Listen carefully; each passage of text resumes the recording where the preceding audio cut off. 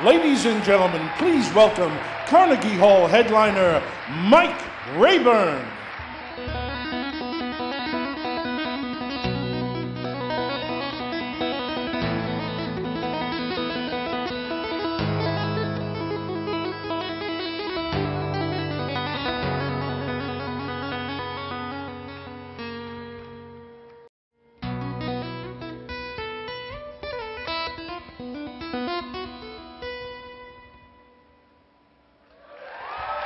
I did that because the guitar is the best way that I have to illustrate something that I am passionate about, and that is, I believe that we are each capable of far more than we ever knew was possible. I believe that we are each a gold mine of unrealized potential.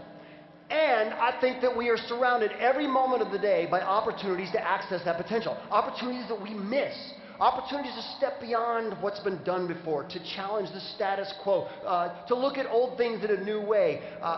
For me to try to play the guitar a little differently than has been played for the last 500 years. So what I want to do with you today, in the short time that we have, is I want to share with you 3 simple tools that you can use immediately and forever to be able to access that potential. The first tool, to change anything, the first thing that has to change is our brains, our thinking. The thinking that got you where you're sitting right now will not get you any further. The most basic human brain function, cognitive function, is to ask questions. I don't know if you realize that. Thinking is questioning. At the foundation of our thinking is questions. You're driving, is the light turning red or green? Should I turn left or right? What did she say? What did she mean by what she said? That's a guy question. What if? When you ask the question, well, what if? What if I could? What would that look like? I know I can't, but what if I could? What would that look like? It opens up the possibilities, right? What if? Here's the interesting point. It doesn't mean you're going to do it. Okay? Counterintuitively, this is the power behind the question. There's absolutely nothing on the line. Zero commitment. What does that mean? It means that absolutely anything is possible. You've completely stepped over the why not. There's nothing in the way. What if I did that? What would it look like? But more importantly, the minute you ask that question, your brain changes. There's a fundamental foundational change. You are now no longer looking for reasons you can't. You're looking for reasons you can.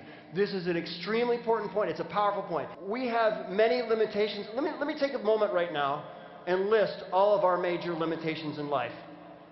Okay, I'm done. We have one, and what is it? Ourselves. It drives me nuts. This is why I do this program. I see it all the time. We as human beings negotiate away half of our opportunities, half of our potential in life at the front end of most endeavors because we tend to aim at the middle. We aim at mediocrity, and we hit it. And I don't want us to do that. So we've said it's ourselves, but let's get more specific. It's our fears. Okay? And while we have many fears as human beings, there are 3 that hold us back, statistically hold us back most often. They are the fear of failure, the fear of success, and the fear of rejection. Fear of failure. Oh no, what if we don't make our quota? Fear of success. What if we make our quota and they want us to do it again?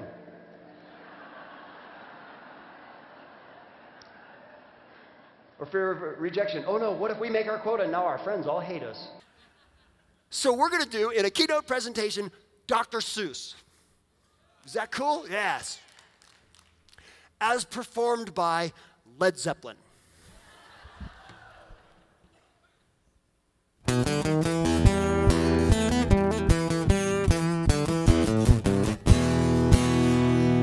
Do not like green eggs and ham. I do not like them, Sam. I am.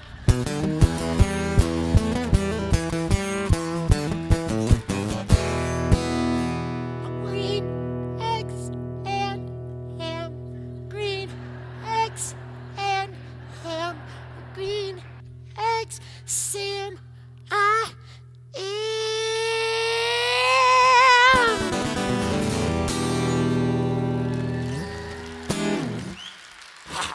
My people, I just took the songs I do know and played them country. The first one that came out is a guy named Tom Petty.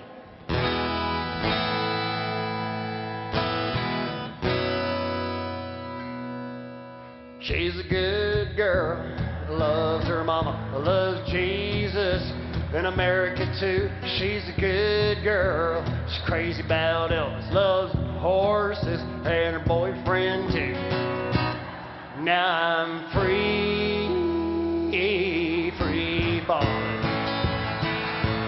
Yes, I'm free. It works, man. Any song at all, you could make it country and I'll prove it. Who let the dogs out? Woo! Who let the dogs out? Woo! It's a country song, man. Who knew? We're trying to manage change, right? Trying to manage change. There's change going on, changing the economy, changing technology, right? Peter Drucker said it better than I ever could. Managing change is not only stupid, it's dangerous. The only way to manage change is to create change, to define the curve rather than follow it. And I would offer you this. When you ask the question, what if? What if we could do that? What would it look like? Again, you're coming up with a solution that is uniquely a product of your abilities and experiences, or the abilities and experiences of your team. No one else would have come up with it. Okay? So when we have the courage to follow that, you're now doing something no one else would have done, or no one else would have done in the same way. This is Bruce Springsteen. Sings Green Acres.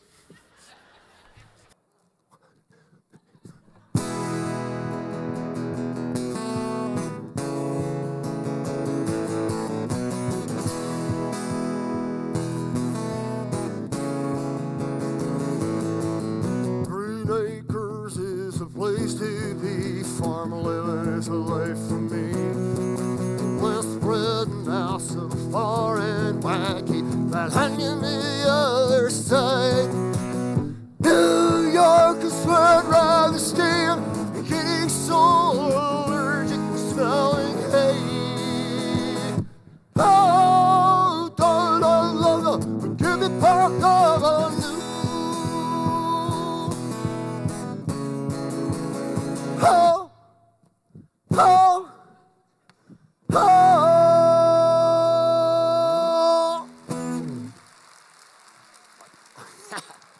We're taking a huge problem and we're poking fun at it.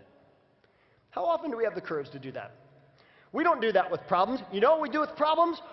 We deify them, and it drives me nuts. We put them on a pedestal and we worship them. Oh, the problem, there's a problem. Look at the problem. My God, there's a problem. There's a memo about the problem, and a meeting about the problem, and a meeting about the memo about the problem, okay? And I'm not saying to diminish the importance of the problem. What I'm trying to say is if you can make fun of something, you can't make fun of something without standing outside of it. And when you stand outside of it, you come up with a better solution because you have a better perspective. It's a better solution every time, okay? I guarantee you. Just by asking what if. Number two, that's number one. Number two, we're taking a huge problem and we're not looking at it as a problem. We're finding it as an opportunity. And you hear that all the time, okay? You hear that all the time, you know, in motivational speeches. Problem equals opportunity, let's go, right? You see it on little magnets on the refrigerator. There's no such thing as a problem without a gift for you in its solving. What's this beautiful, okay? And it's true, but let's get real about that. How does that happen? How does problem become opportunity? It's you and it's me. When we're willing to step beyond what's been done before and we say, hey, I know I can't, but what if I could? What would that look like? How could we do that? I got a request to do dueling banjos. So here's what we're going to do. I'm going to play both the parts. I'm going to do the guitar like the same guitar player from the mountains of Georgia. But what if the banjo player is from Baghdad? Middle Eastern bluegrass, or blue sand,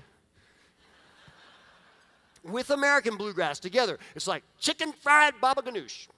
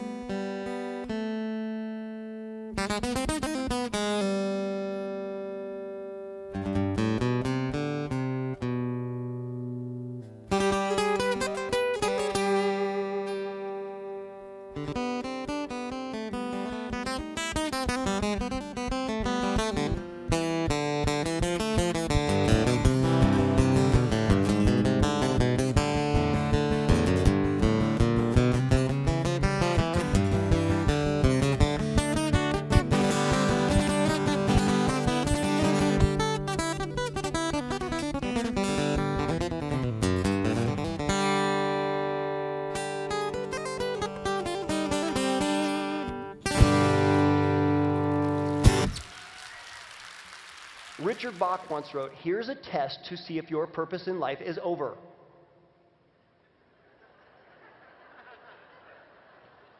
If you're alive, it isn't. Okay? That means there's most definitely a profound and divine and wonderful reason that we're all here, that we're all literally in these seats with whatever's going on in our lives. And we can talk about motivation. People say he does this motivational thing. I don't call it that, but let's talk about it. How do we motivate ourselves? How do we motivate the people around us? Almost always reward and punishment. Reward and punishment. Reward, you get more money. Punishment, you get fired, right? And this is affected to a large degree. I'm not going to put it down. But let's just keep a perspective on this. This is the exact same way we train mice. How's that make you feel? What sets us apart as human beings is our ability to respond to the most powerful motivational force on this planet. And it is not power, sex, money, or fame. It's a sense of purpose. Why we do what we do means everything to us as human beings. The meaning behind it, the reason that we attach to it. So right away, you want to get more out of yourselves, more out of the people around you, more out of your lives, more out of your careers. Remember why you do what you do. So, if there's purpose and there's reason in the way that we spend our time, just right now to yourself, think about how you spend most of your time and answer this question to yourself. Are you driving with the brakes on? Because most of us are. I'm guilty of it. Where we're like, yeah, kinda. I'm gonna do it, maybe tomorrow, okay? And the push-pull moves us sideways, and it drives me nuts. I see it all the time. So the third tool is the way to take the brakes off, and it is simply this. Become a virtuoso. Become a virtuoso, or, take it out of musical terms, resolve to be the best.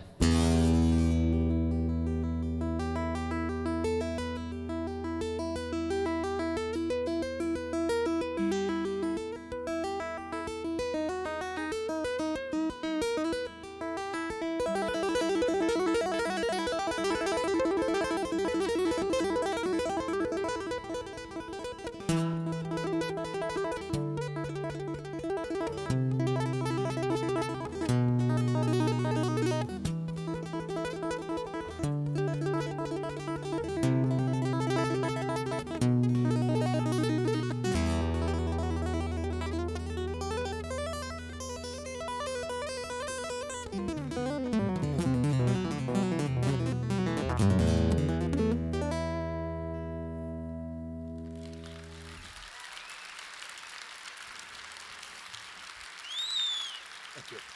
Guitar hero? My people.